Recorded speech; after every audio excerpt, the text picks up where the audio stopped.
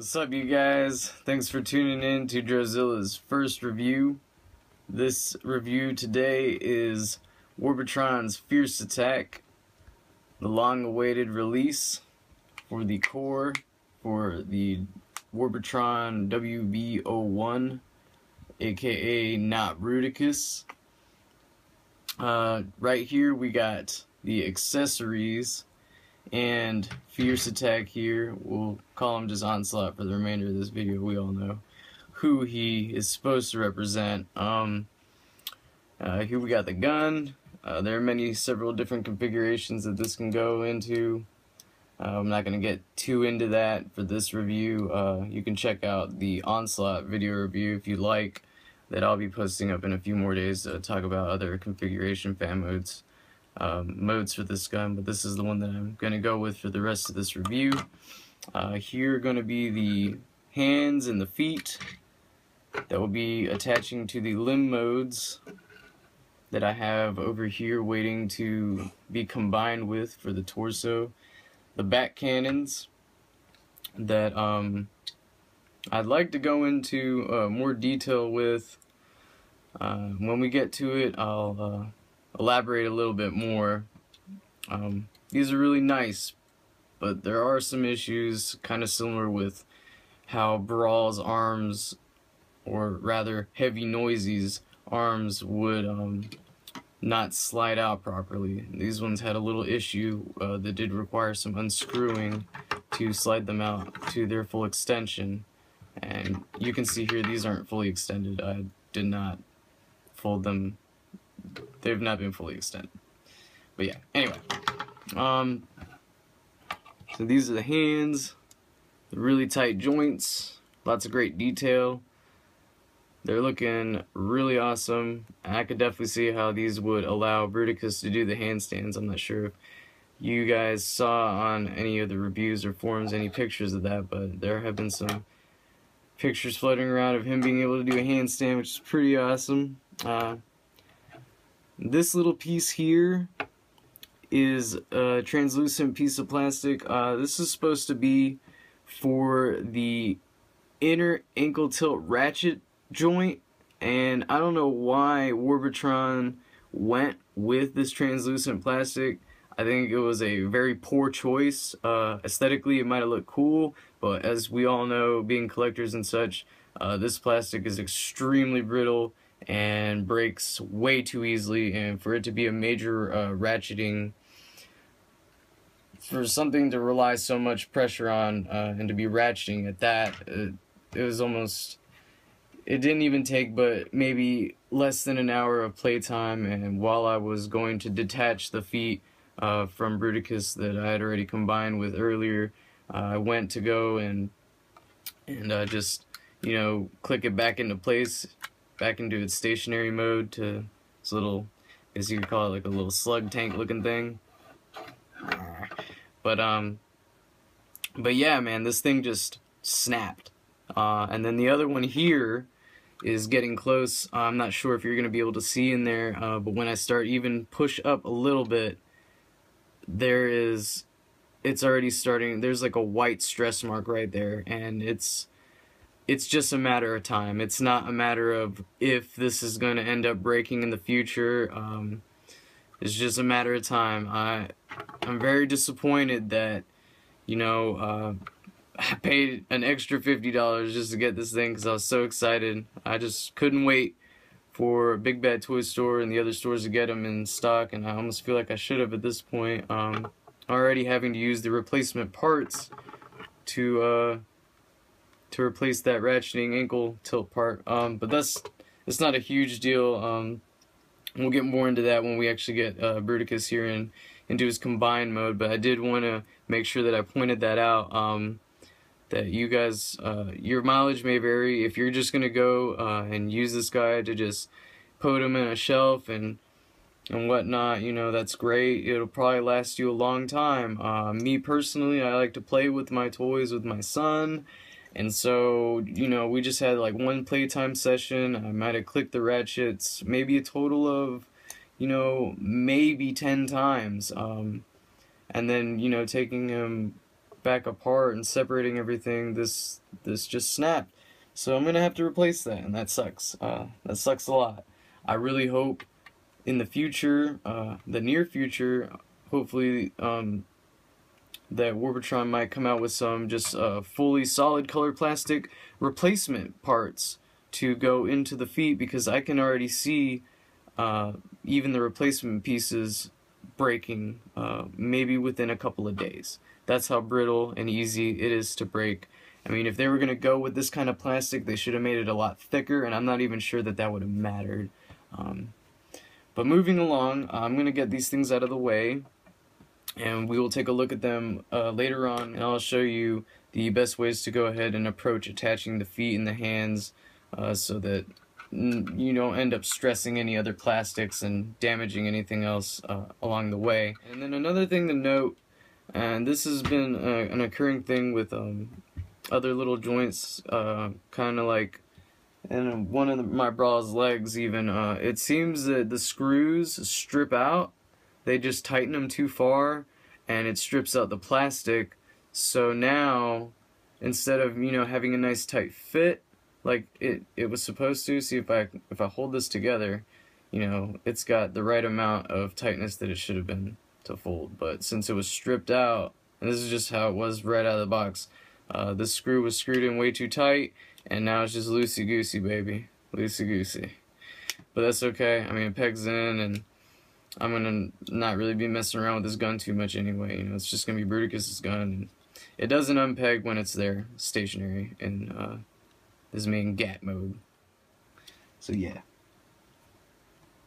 Alright, so what I want to start off with doing, I already have the limbs over here, just waiting on standby to be attached. I already put them in limb mode, so I could save some time on this video. What I'm going to do first is I'm going to go ahead and put Onslaught here in his torso mode, and while I'm going through it, I do want to point out some key areas of caution, just so that you guys aren't going into it blind like I did. It was a little trial and error at first. It was very frustrating. You know, you don't really want to go in and take a almost $150 toy and just start tugging on things. God forbid anything breaks, and it's on you. And you know, in my case, even I can't really even send this back to get any replacement parts or anything like that. Like, I should have waited for Big Bad Toy Store to get them, so I could have at least been covered like that. But I bought this straight from Hong Kong from an eBay seller, so I'm kind of beat out of luck. As soon as I opened the box, you know, it was a done deal. So that's just live and learn, you know. I won't make that mistake again, especially with these Warbotron figures. I know earlier today I did say on the forum that I believe that this guy was, you know, a 9, almost a perfect 10. But unfortunately, with the experience of the poor quality for the ratcheting ankle tilts, I'm a sucker for ankle tilts. So the fact that my Warbotron might not have permanent ankle tilts is crushing to me. So what I'm gonna start with is Onslaught here. You know, I'll go ahead and rotate this guy so you guys can check him out. He's got a lot of really cool details. I want to have a more in-depth look on the actual video that I'm going to do just for Onslaught, so I'm not going to go too into really anything as far as transformation goes. His wheels roll pretty decently. I mean, they're really not all rolling at the same time. But I mean, it's pretty decent. I don't really, yeah, it's okay. We don't really get these toys for the vehicle mode. I mean, some people do. Okay, I'll correct myself. I'm sorry. I'm so sorry if I upset somebody. I really am. But most people, you know, normal people, get these figures to combine them. Yeah, and that's just a joke. I'm not trying to be rude or anything. I do apologize again. But yeah, so we're gonna go ahead and take these little missile packs off. They do separate into 2 different little missile packs. You can mix and match and put them wherever you want. Personally, like to keep them bundled up. Looks pretty cool. Reminds me of something from like Robotech or Gundam, you know. Missile packs. Awesome. Alright, so to start off, you know, we unpegged these side flaps, took out the missile packs, and the instructions, I would be going over, you know, the transformation exactly as the instructions state. However, you know, they're decent, the illustrations are nice, you know, they're pretty straightforward, and this guy really isn't that tough to transform. The problem is that there are some steps that are not, that they don't really explain that well per se, and they just tell you to fold something up without explaining, for instance, that other parts do move out of the way so that that can be achieved. They just expect you to have it done, and if you just go at it, you know, blindly, you could easily break something. So it's best to approach with caution. Luckily for you guys, I already bit the bullet and, you know, hurt my onslaught a little bit, but I learned, and hopefully you guys won't make the same mistakes that I did, since I was unable to simply reference off of someone else's, some, you know, more well-known reviewers' videos such as MGO or Bobby Skullface or anyone like that. You know, normally I would watch their videos for guidance, you know, regarding transformations and things of that nature, but unfortunately they haven't posted anything yet, so I'm sorry, I was just rambling on here. What I ended up doing back here is I unpegged the back of this. Eventually this head will be folding up, I just like to get that out of the way. These side door handles, they come up and fold in. Same on the other side. Alright, and then here I split this in half. You know, it just splits in half. You know, these unpeg from right down in here.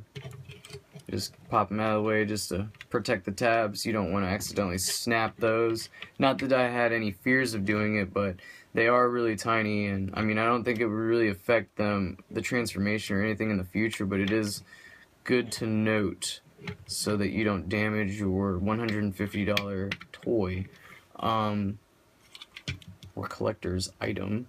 So when going to fold out these shoulders, the instructions just say, you know, swing them out.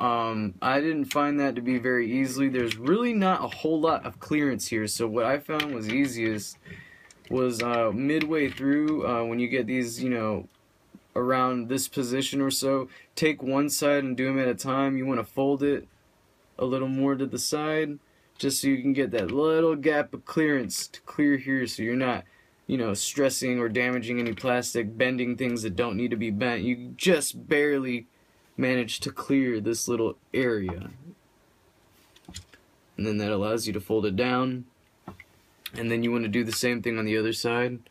You want to fold it to an angle and bring it around to clear this little windowsill area. And it just barely has enough room. And,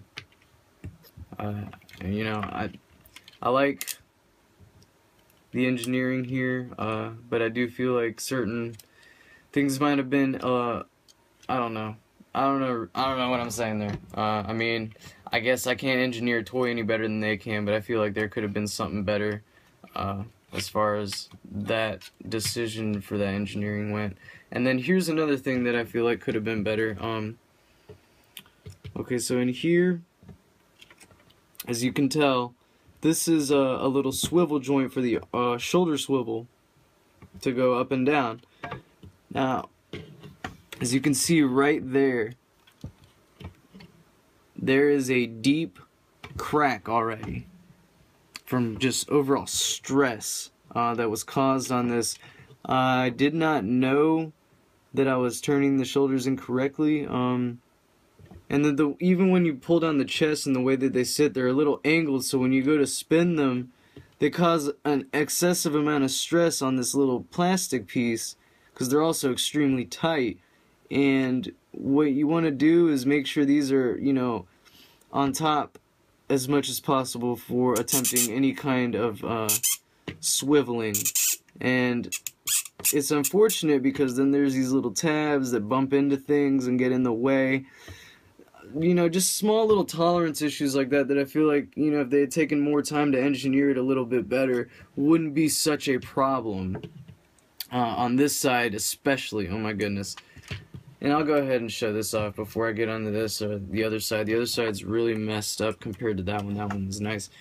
This isn't even mentioned in the instructions either, but it does help with the transformations and things of that nature. You unpeg this little part behind the wheel, and it's really tight, and it's a small little piece of plastic, so take a lot of caution when doing that. Mine hasn't stressed, but I feel like if someone was to be too rough on that part, it could easily snap. But it's nice plastic though. Nothing about this toy feels cheap in the slightest. Anyway, this wheel untabs here, and it allows for more clearance in robot mode there, and it'll also it allows you to just get around and navigate better. And I'll be incorporating the use of this technique that was not mentioned whatsoever in the instructions to assist in the backpack Bruticus. I feel like if I had listened to the instructions completely and not done that on my own, I probably would have broken something without a doubt. This thing has such clearance issues and tolerance issues as far as that goes, with things just barely having enough room for each other, that it does cause a lot of stress on these plastics. And if they weren't as strong as they were, I feel like it would be crumbling in my hands as we speak. Okay, so right here, as you can tell, again, massive gash right there, just plastic being stressed out. Just when you go to twist these shoulders around, you want to make sure that this is all lined up as much as possible, you know, with the understanding that this tab is going to get in the way no matter what you do. When you go to spin this around or anything, it's going to get in the way. Just be careful when you go to spin it, you know, try and hold these things together as much as possible. This one's extra tight, so that's why the gash is even deeper than the other side, and that is extremely unfortunate. If this toy were to break on me, I would cry myself to sleep. I would be one sad narwhal. So from there, we bring down the shoulders. We are going to simply this is like the cab of the truck. We're going to just slide this forward, and here's another problem, you know, again with the tight fit and tolerance issues, we want these I guess like arm post joints, I don't even really know what you would call that, but this structure for the shoulders and arms to be like a T as much as possible, because again, lots of problems with clearance. These tabs are making it very hard to fold around them. This chest piece is supposed to just slide forward with ease. Unfortunately, that is not the case. So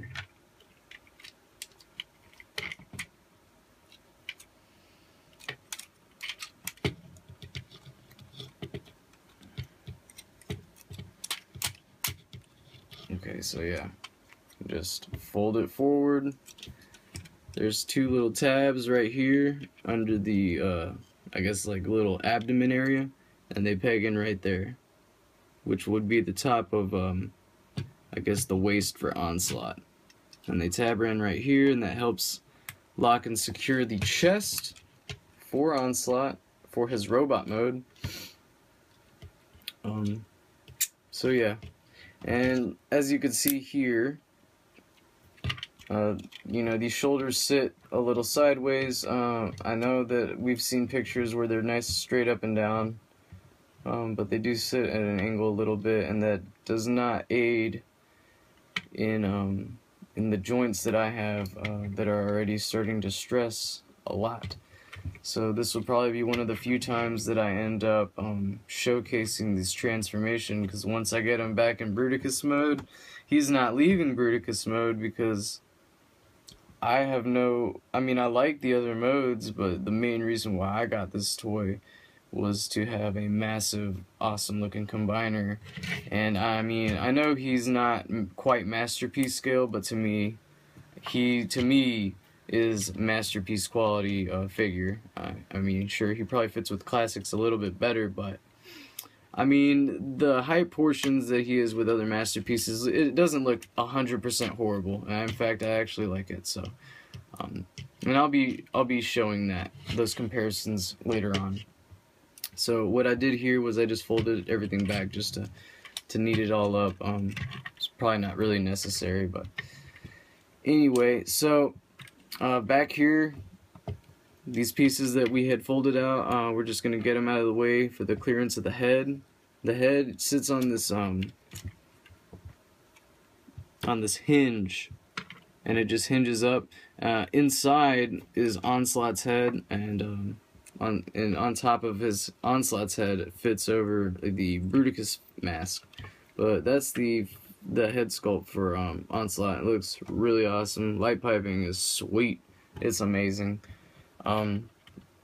But yeah, so the best way to really pull up the Bruticus head is to do it all at once. Attempting to slide it on there while the head is already out is possible, but I find it easier to do so all at the same time. But there you go. And then, you know, out of preference, you can leave this forward. I like to bring it up. And this is another thing.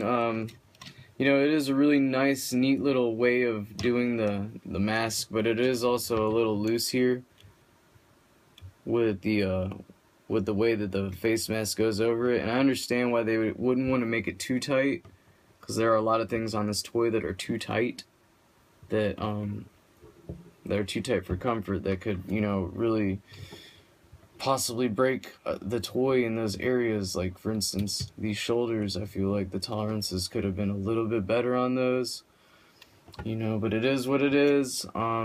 If these were too tight, you know, it would take nothing for these little things to break. It's really small pieces of plastic, so I understand why they would want to make it loose, but I'll definitely be taking some future to it to tighten up at least some of the joints so that his mask doesn't always like flop around. Because it flops very easily. I mean, honestly, it's a little ridiculous. Some people were saying on the forum that on TFW 2005 that because of this head gimmick, he would not have any way. It would hamper his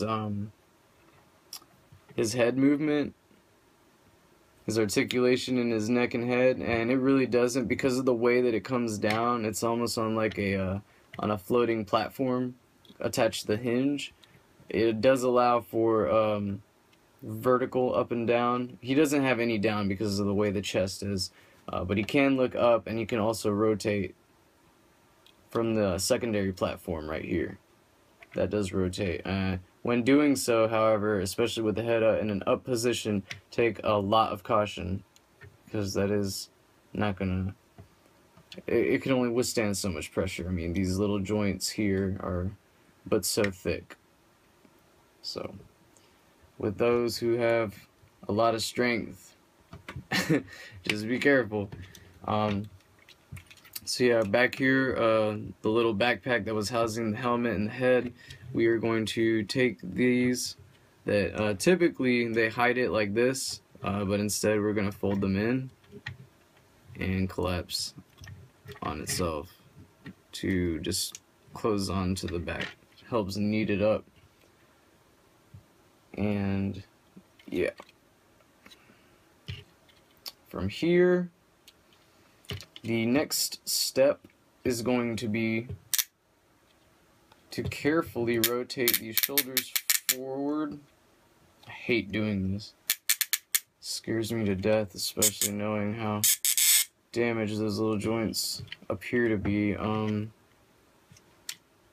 So yeah, you want it to be looking like that, like so.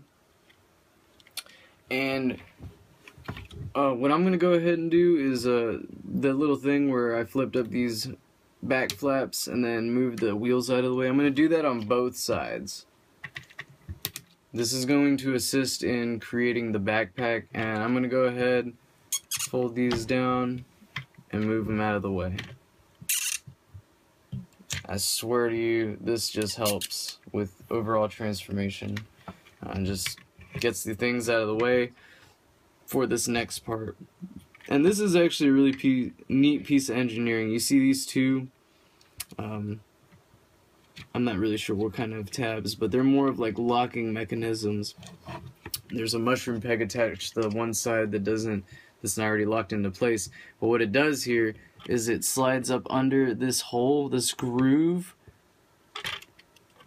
and that mushroom peg slides up in there and locks everything together to provide the shoulder with more stability. And there we go. It's all locked up, locked and loaded, good to go. Alright guys, so after connecting these locks to the back of the shoulders, I find it best, it does show in the instructions that you want them to be as straight as possible. So if they're angled a little bit, you might have to tilt the shoulders forward so that they straighten out as much as you can get them.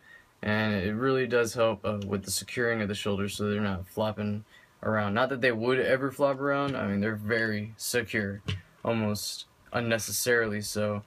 But this way they will not be moving at all, and you know, it's very important, especially with a combiner of this size, that things have that much of a stability.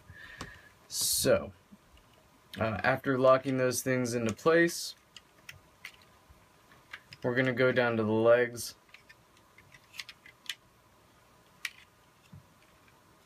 And what we are going to do is rotate this to the front so that these two pegs on the back of the legs, they're actually going to end up lining up with these two holes in the back. And the way the instructions say to do it is to just bring it to split the midsection in half at the top of the waist. And when I went to go do this the very first time, you know, the instructions did not mention really what I had to do in its entirety. It just said to do it. It just said do it. And I was like, okay, I want to, but I can't. Because, you know, obviously from here you can tell that it goes way too high. And then if you try and fold it, you know, like this, it still doesn't make it. So I was like, well, what's going on? And obviously, it was just a matter of folding the legs up from the waist. But even then, and I'll show you, even just folding it from the waist, you know, you meet it there, but oh no, look, you got wheels bumping into your locks. How do you get that backpack on? And I spent almost half an hour trying to figure this out because I had no way of knowing that it was as simple as going back over here. And after, the way I figured it out was I just pushed on it, you know, so hard that eventually one of these wheels, I felt something shift and move, and I thought to myself, oh my god, I just broke my brand new toy. And I was heartbroken, and I cried, but not really. But all you had to do was unpeg this. It's on a small hinge, and just you're just supposed to move it back. And that's it. So that way you have the clearance that you need to be able to attach the backpack. Now, I feel like that is a very important and probably one of the key things to that step, because had I not ever known that, I would have never been able to attach that backpack. And I mean, there was no other video out, so it's not like I could have just referred to any kind of material. I just had no idea. So after moving the wheels out of the way, now you can see that there's plenty of room to attach it to the back. I mean, the wheels don't bump into this whatsoever. I feel like they did a great job with the engineering here. I think it was really neat. It's well thought out. I like it. They did a good job. And then these just fold down here loosely. They don't peg in, unfortunately, but they're not really going to be messed with a lot to move around. And the way they have it in the instructions is you can actually attach the missiles here. but I'll do that later. Let me get around to it. So there we go. This is all done, and then we just need to fold these arms back into place